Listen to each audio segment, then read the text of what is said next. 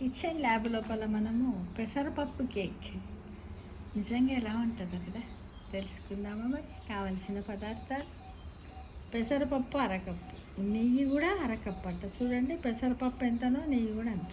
చక్కెర అరకప్పు, మైదాపిండి cup, baking powder అర స్పూన్, వెనిల్లా ఎసెన్స్ స్పూన్, బాదాం పలుకులు స్పూన్, జీడిపప్పు పలుకులు స్పూన్, టూటీ ఫ్రూటీ ఉంటాయి కదా, గ్రీన్ కలర్ రెడ్ కలర్ ఒక స్పూన్, పసుపు అర స్పూన్.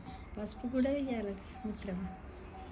తయారు చేసే విధానం: 5 గంటల పాటు పెసరపప్పును నానబెట్టి మిక్సీలో పేస్ట్లా చేసుకోవాలి. ఒక గిన్నెలో చక్కెర నెయ్యి వేసుకొని గిలకొట్టాలి. ఇంకేంటంటే పెసరపప్పు మనం రాత్రికి నానబెట్టేసినా పర్వాలేదు, తెల్లవారి రుబ్బేసుకోవచ్చు.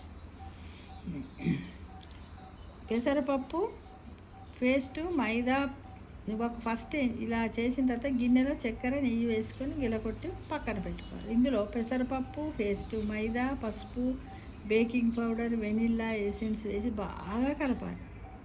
మిశ్రమాన్ని కేక్ టిన్లో వేసి ఓవెన్లో 25 నిమిషాల పాటు బేక్ చేయాలి.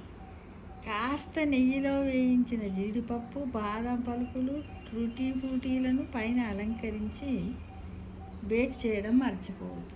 అప్పుడు అందమైన పెసరపప్పు కేక్ రెడీ. ఇది చాలా బాగుంటుంది. ఎందుకంటే చాలామంది కేక్ అనగానే అబ్బో నేను నాన్ వెజ్ తినంటాడు. బ్రాహ్మణ్స్, వైశ్యులు చాలామంది ఉంటారు. మన హిందువుల్లో కూడా తినని వాళ్ళు కూడా ఉంటారు, వెజిటేరియన్స్. అయితే ఏంటంటే తినని వాళ్ళు, నాన్ వెజ్ తినని వాళ్ళకు కూడా ఈ వెజ్ బాగానే ఉంటుంది. పెసరపప్పు కాబట్టి చక్కటి ప్రోటీన్ ఉంటుంది, నెయ్యి కదా, ఇళ్ళన్నీ కూడా డ్రై ఫ్రూట్స్ కూడా ఉన్నాయి కదా మిత్రమా. ఊకే పిల్లలకు బయట తెచ్చిపెట్టడము, ఇంట్లో చేయకపోవడము. మన ఫ్రెండ్స్ వస్తుంటే చేయొచ్చు, ఈజీ. నైట్కి నానబెట్టాలి, పొద్దున రుబ్బేసుకోవాలి. చక్కెర నెయ్యి వేసి కలిపి పక్కన పెట్టుకొని తర్వాత పెసరపప్పు పేస్ట్ ఇవన్నీ మైదా ఇవన్నీ వేసి బాగా కలపాలి. ఇలా ముందది కలిపి పెట్టుకున్నాం కదా, దాంట్లో ఇదంతా వేసి బాగా కలిపి ఓవెన్లో పెట్టేస్తే అయిపోతుంది మిత్ర.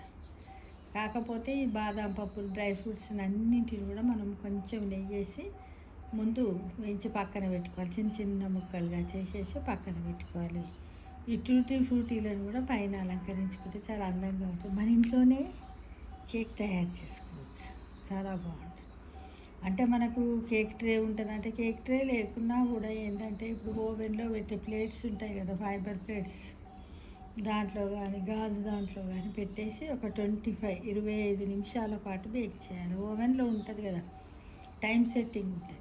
చేసేసి పెట్టినట్టయితే చక్కటి కేకు, రుచికరమైనటువంటి కేకు, ఆరోగ్యాన్ని ఇచ్చే కేకు మనము మన ఇంట్లోనే చేసుకోవచ్చు. అంటే వంటిల్లే వైద్యశాల అన్నట్టు కాకుండా మన వంటిల్లుని కూడా ఒక స్వీట్ హోమ్ లాగా, ఒక బేకరీ షాప్ లాగా కూడా మనం వాడుకోవచ్చు అనేది ఈ కేక్ తయారు చేసుకుంటే తెలుస్తుంది మిత్రమా.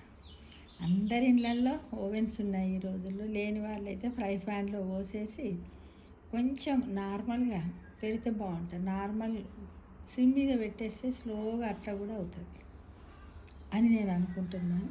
అవుతుంది, చేశాను ఇదివరకు కూడా ఒకసారి. బాగుంటుంది, ట్రై చేయండి. చేస్తారు కదా తప్పకుండా.